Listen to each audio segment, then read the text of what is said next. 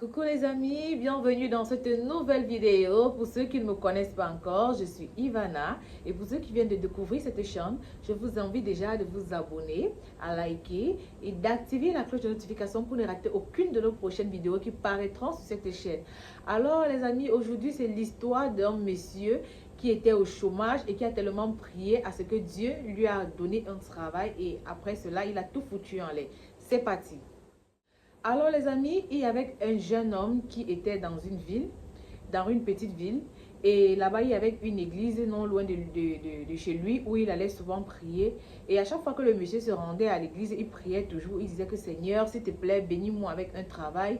Bénis-moi avec un travail. Je veux un travail. S'il te plaît, Seigneur, bénis-moi. Seigneur, s'il te plaît, si tu me bénis, je vais prendre la peine de construire une maison pour toi. Je vais. Et c'est comme ça que le jeune homme, lorsqu'il priait, il priait sans cesse. Un beau jour, on l'a appelé que son dossier qu'il a déposé dans une entreprise a marché.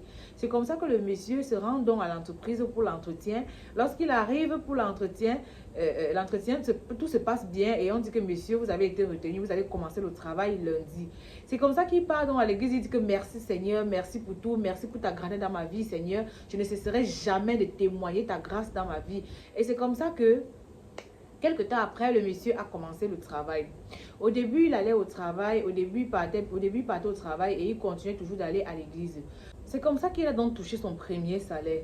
Comme on dit souvent qu'il y a des gens que l'argent leur surprend souvent, quand il a eu son premier salaire, tout ce qu'il a dit, c'est qu'il a dit merci Seigneur.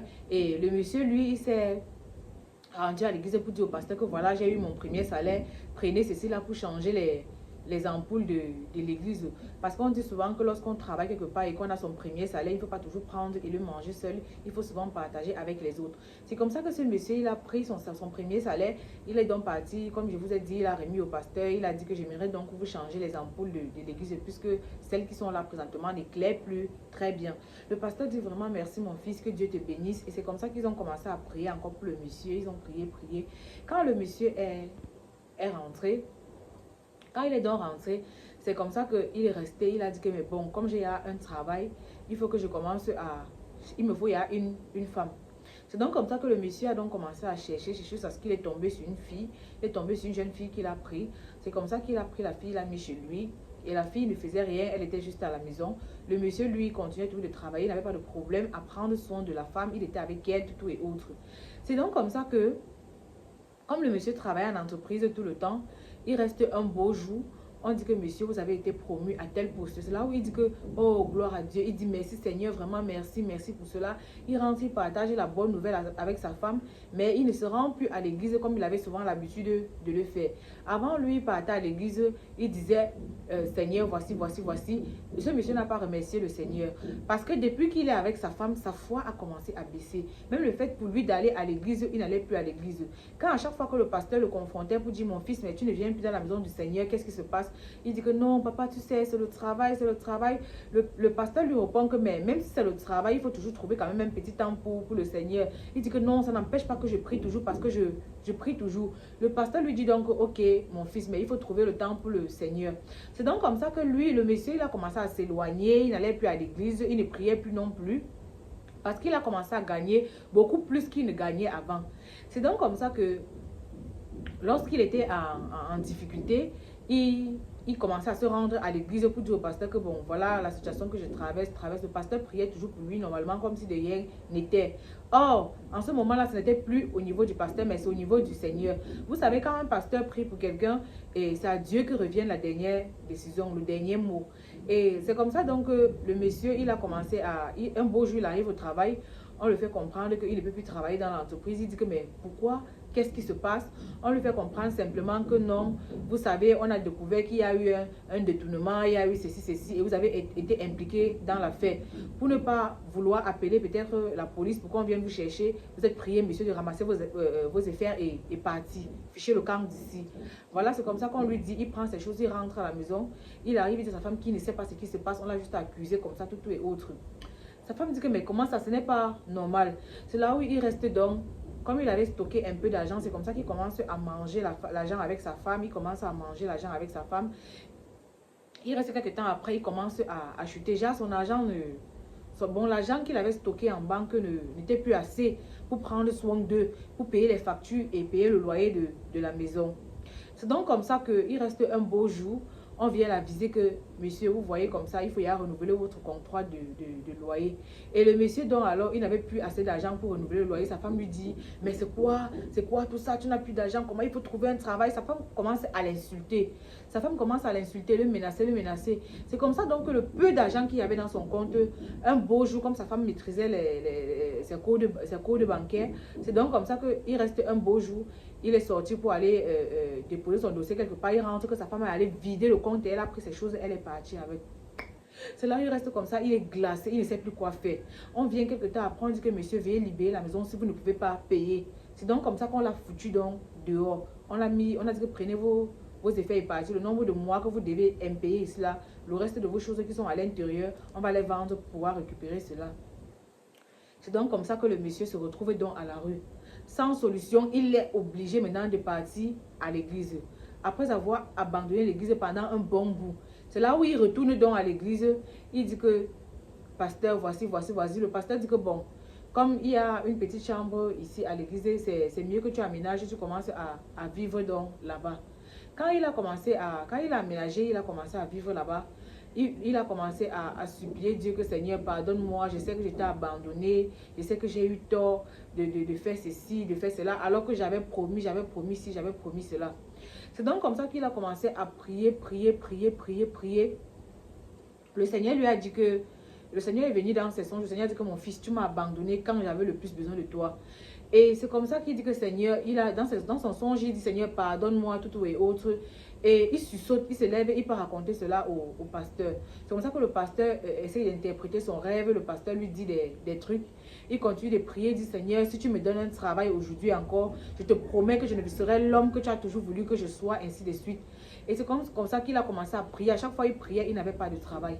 Il priait, il n'avait pas de travail. Il priait, il n'avait toujours pas de travail.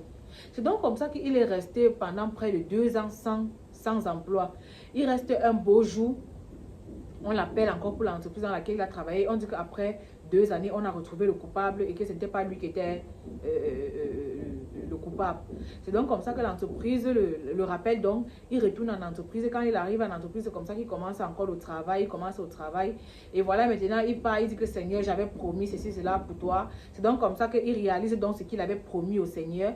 Et quelques temps après, quand il côtoyait l'église, il y avait une jeune fille qui fréquentait aussi l'église avec lui. Et c'est le pasteur qui les a même mis en contact, disant que bon, voilà, une femme pour toi. Et c'est donc comme ça qu'il a donc commencé à côtoyer cette femme-là. Lorsqu'il côtoyait la femme au fur et à mesure, il restait un beau jour. Il part donc, quand il a touché un argent, un montant un peu assez élevé, puisqu'il avait épargné, lorsque c'était un peu assez élevé, il a dit au pasteur que bon, il est temps que je quitte ici, il faut que je prenne un espace pour moi. C'est donc comme ça que le monsieur donc allait prendre encore un autre espace. Il allait prendre un espace et il vivait là-bas. Il restait un beau jour. Il voit son ex-femme qui avait fui avec son argent revenir. Et elle commence à supplier. Elle dit que voici. C'est comme ça que le monsieur dit que stop, je ne suis plus avec toi. C'est comme ça donc qu'il renvoie la fille. Il chasse la fille. Et comme il a chassé la fille, et il est donc parti à l'église et il a dit au pasteur que bon, cette fille, si j'ai vu, comme tu nous as mis en contact, elle me plaît vraiment. J'aimerais vraiment commencer la relation avec elle. Le pasteur dit, bon, il n'y a pas de souci, c'est à elle que revient la dernière décision. C'est donc comme ça qu'il part donc voir la fille. Il dit que bon, c'est vrai, depuis quelque temps, je suis derrière toi, mais sache que je te veux comme femme de mariage et autres. C'est donc comme ça que la fille accepte. Quelque temps après, ils ont organisé le mariage, ils ont fait tout et autres. Le pasteur leur a béni et il est rentré à la maison avec la fille. Et ils vivaient ensemble, mais, et comme la fille était chrétienne, la fille l'amenait donc à venir à l'église, la fille l'amenait donc à prier tout le temps et à garder sa foi. Alors que son ancienne femme, quand elle est arrivée, le monsieur avait arrêté de prier, il avait abandonné Dieu à cause de cette femme-là. Bon, vous voyez à quel point il est important de faire le choix de la bonne femme. Il est important, même si vous êtes un homme qui ne priait pas beaucoup, il est important au moins de prendre une femme de prière dans sa vie. Au moins cette femme, lorsqu'elle prie, il faut noter quand vous êtes aussi avec une femme, quand elle prie pour vous, vos choses marchent. Hein. Quand elle prie pour vous, vos choses marchent. Bon, même si vous êtes un homme un homme qui ne prie pas beaucoup et que vous avez ce genre de femme-là, vraiment, soyez-en sûrs, vous ne pouvez pas échouer avec ce genre de femme parce qu'elle ne rit pas. Vous savez, on vit dans un monde qui est tellement méchant. Bon, il est important de savoir faire le choix de sa femme. Et voilà, maintenant, c'est comme ça, quelques temps après, ils ont passé le temps ensemble. Son ex-femme a découvert que lui, il était marié à nouveau. C'est donc comme ça qu'elle est donc partie et elle a laissé le monsieur. Vous voyez qu'elle est revenue quand il y avait la richesse. Bon, elle a fait ce qu'on appelle money go, woman go. Bon, quand son mari a chuté, elle est partie. Et lorsque son mari a repris contact avec le travail et qu'il a commencé à gagner de l'argent à nouveau, elle a voulu revenir dans la relation, mais hélas pour elle, il était trop tard.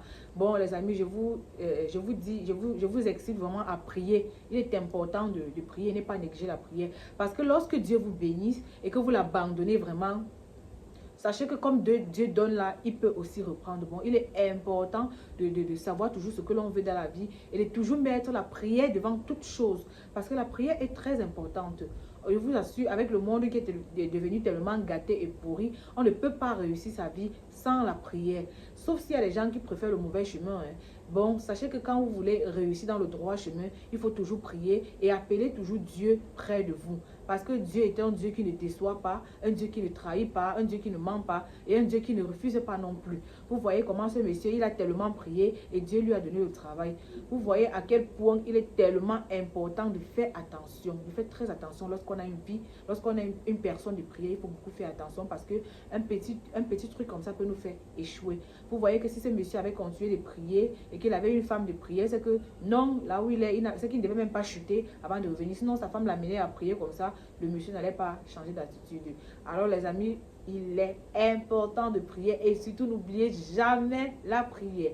À très bientôt pour la prochaine vidéo. Bisous, ciao.